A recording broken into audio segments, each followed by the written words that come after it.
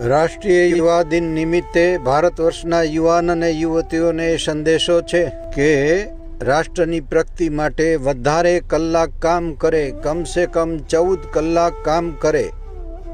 નિષ્ઠા સાથે કાર્યને સમર્પિત થઈને જો કાર્ય કરે તો રાષ્ટ્રીય ઉન્નતિના શિખર ઉપર જાય.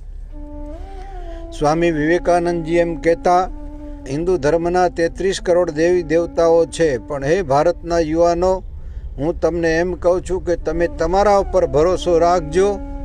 જો તમને તમારા ઉપર યકીન નહીં હોય તો કોઈ મદદ નહીં કરે. પ્રથમ જે કદમ તમારે ઉઠાવવાનું છે, તમે જો પ્રથમ વિશ્વાસ સાથે કદમ ઉઠાવશો તો પ્રકૃતિનો કણ કણ તમને મદદ કરવા માટે થનગની રહ્યો છે.